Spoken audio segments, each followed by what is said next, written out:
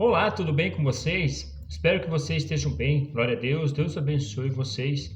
Novamente estou aqui para compartilhar mais alguns capítulos da palavra e hoje a gente vai dar início no livro de Hebreus. Vamos estar meditando neste livro aí, vamos ver o que o Senhor nos revela através dele. É um livro desconhecido aí, que digamos desconhecido como que eu posso dizer que pessoas não sabem exatamente quem escreveu ele. Enfim, uns falam que é Paulo, outros falam que é Filipe, enfim, tem vários relatos aí. Enfim, é um livro de um autor desconhecido. Por isso que também dá para a gente entender que tem muita revelação a respeito aí de Cristo. A gente vai estar vendo de Melquisedeque, que se fala ali em Gênesis também com Abraão, e aqui em Hebreus ele vai estar revelando melhor esses detalhes, como a gente, no decorrer da palavra, a gente vai ver que ele está falando bastante sobre a lei. Dá para entender que o autor tem bastante conhecimento no Antigo Testamento. Mas enfim, vamos estar meditando neste livro aí. Então vamos lá. Senhor, nosso Deus, nosso Pai, te pedimos, Senhor, mais uma vez que o Senhor venha estar nos orientando com a Tua palavra. Em nome de Jesus. Amém. Pois bem, hoje vamos estar lendo o capítulo 1, o capítulo 2 e o capítulo 3. Então vamos ver o que o Senhor nos prepara através desses dois capítulos. No capítulo 1, ele vai estar falando dos anjos e de Jesus. Então vamos estar meditando aí nesse detalhe aí, que fala assim, ó. Há muito tempo, Deus falou muitas vezes e de várias maneiras aos nossos antepassados por meio dos profetas.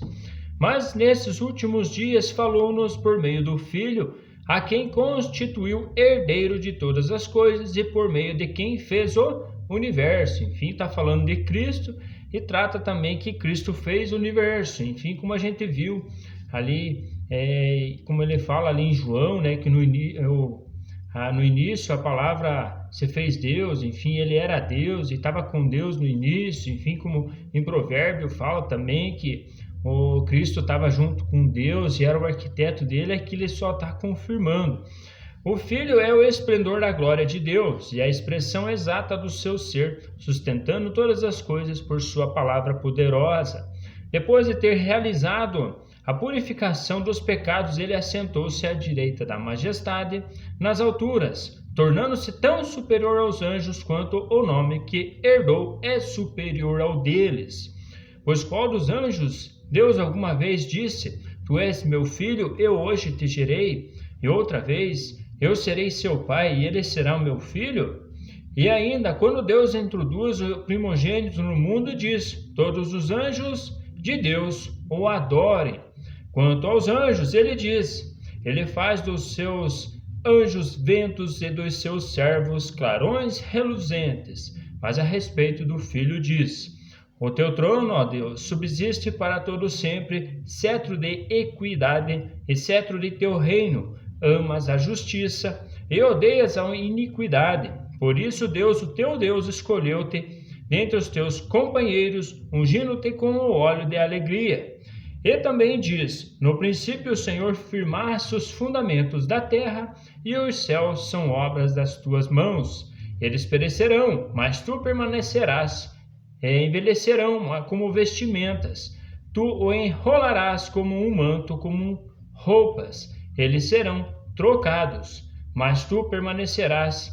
Permaneces o mesmo, e os teus dias jamais terão fim. Enfim, ele está falando do tempo. Quando tudo essa terra se acabar, aqui como a gente vê, que ele está falando que os céus são obras do Senhor, enfim, tudo isso aqui vai perecer, vai ser enrolado aí num pergaminho, como o Senhor fala ali, vai ser enrolado e tudo vai ser feito novo.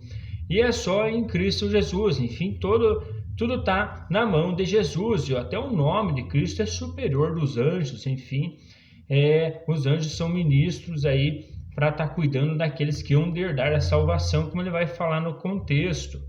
E qual dos anjos Deus alguma vez disse: Senta-te à minha direita, até que eu faça dos teus inimigos um estrado para os teus pés? Os anjos não são todos eles espíritos ministradores enviados para servir aqueles que hão de herdar a salvação? Enfim, ele faz uma pergunta, e vale lembrar que no início lá em Gênesis, quando fala que os filhos dos homens viram que as filhas de Deus eram bonitas, os filhos de Deus viram que a filha dos homens eram bonitas, eles falam que eram anjos ali, Então era duas descendências, de homens e de anjos. Mas aqui cai por terra aquela questão. Aqui ele fala que os anjos são ministros daqueles que vão herdar a salvação. Enfim, são pessoas, são espíritos que cuidam. No capítulo 2. Por isso é preciso que prestemos maior atenção ao que temos ouvido, para que jamais nos desviemos. Porque se a mensagem transmitida por anjos provou a sua firmeza, e toda transgressão e desobediência recebeu a devida punição, como escaparemos se negligenciarmos tão grande salvação? Essa salvação primeiramente foi anunciada pelo Senhor, foi-nos confirmada pelos que a ouviram. Deus também deu testemunho dela por meio de sinais, maravilhas, diversos milagres e dons do Espírito Santo, distribuídos de acordo com a sua vontade.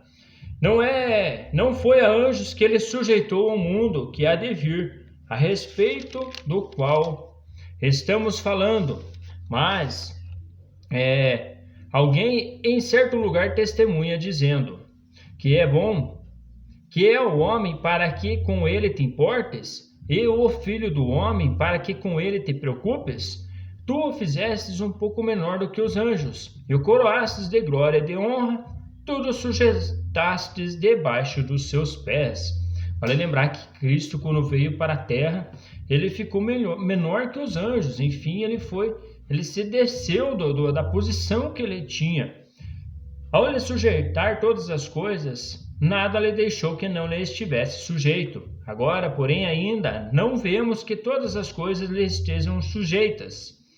Vemos todas aquele que por um pouco foi feito menor do que os anjos, Jesus, coroado de honra e de glória por ter sofrido a morte, para que pela graça de Deus, em favor de todos, experimentasse a morte. Ao levar muitos filhos à glória, convinha que Deus, por causa de que por meio de quem tudo existe, tornasse perfeito mediante o sofrimento o autor da salvação deles. Aquilo que eu estou comentando. Cristo se fez menor que os anjos para estar aqui na terra. Ora, tanto o que santifica, que os que são santificados provém de um só. Por isso, Jesus não se envergonha de ser chamado irmãos. Enfim, Cristo é nosso irmão, como ele fala ali, ele não se envergonha. E ele diz: proclamarei o teu nome a meus irmãos, na assembleia te louvarei. E também, nele porém a minha confiança. Novamente ele diz: aqui estou eu com os filhos que Deus me deu. Portanto, visto que os filhos são pessoas de carne e sangue, ele também participou dessa condição humana, para que por sua morte derrotasse aquele que tem o poder da morte, isto é, o diabo. Enfim, Cristo também participou desta condição minha e tua, enfim, na condição de carne e sangue, e libertasse aqueles que durante toda a sua vida estivessem escravizados pelo medo da morte. Enfim, ele teve libertação até para aquelas pessoas do Antigo Testamento até Cristo. Pois é claro que não é a anjos que ele ajuda, mas aos descendentes de Abraão. Por esta razão era necessário que ele se tornasse semelhante a seus irmãos em todos os aspectos, para que se tornasse um sumo sacerdote misericordioso e fiel com relação a Deus, e fazer propiciação pelos pecados do povo. Porque tendo em vista o que ele mesmo sofreu quando tentado, ele é capaz de socorrer aqueles que também estão sendo tentados. Enfim, tudo está em Cristo Jesus aí, como nós vimos. No capítulo 3, ele vai estar falando de Jesus e Moisés. Portanto, santos irmãos, participantes do chamado celestial, fixem os seus pensamentos em Jesus, apóstolo e sumo sacerdote que confessamos. Ele foi fiel àquele que o havia constituído, assim como Moisés foi fiel em toda a casa de Deus. Jesus foi considerado digno de maior glória do que Moisés, da mesma forma que o construtor de uma casa tem mais honra do que a própria casa. Pois toda casa é construída por alguém, mas Deus é o edificador de tudo. Moisés foi fiel como servo em toda a casa de Deus, dando testemunho de que haveria de ser dito no futuro, mas Cristo é fiel como filho sobre a casa de Deus. E em essa casa somos nós, se é que nós apegamos firmemente a confiança e a esperança da qual nos gloriamos. Enfim, está tratando nessa casa espiritual que somos nós. E está falando que Moisés, quando tinha a casa do Senhor lá também, ele era fiel à casa do Senhor também. Assim como diz o Espírito Santo, hoje, se ouvires a sua voz, não endureça o coração como na rebelião, durante o tempo da provação no deserto, onde os seus antepassados me tentaram, quando me aprova, apesar de durante 40 anos terem visto o que eu fiz.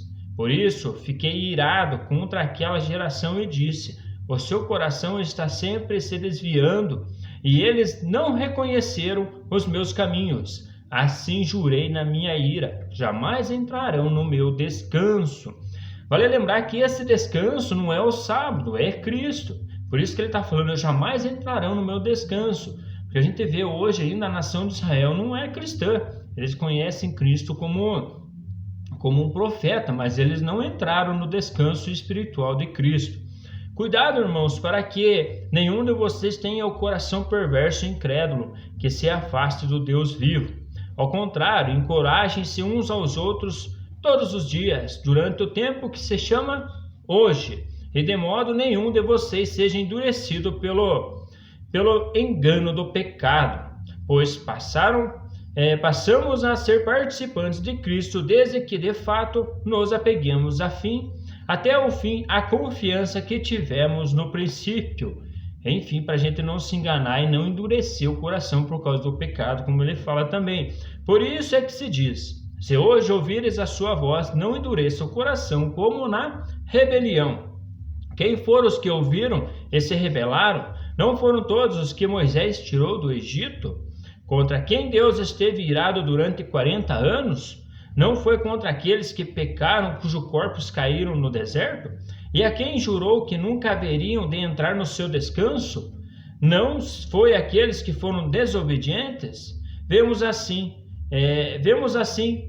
que por causa da incredulidade não puderam entrar. Entrar, eu digo, entrar em Cristo, no bom pastor ali, que nem a gente sabe que é só Cristo que é o nosso descanso, porque Cristo também lhe fala: vós que estáis cansados e oprimidos, venham a mim. Enfim, e é Cristo Jesus que ele nos dá o descanso.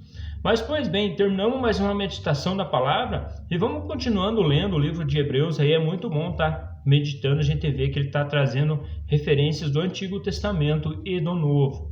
Mas enfim, um grande abraço, fiquem com Deus e até mais.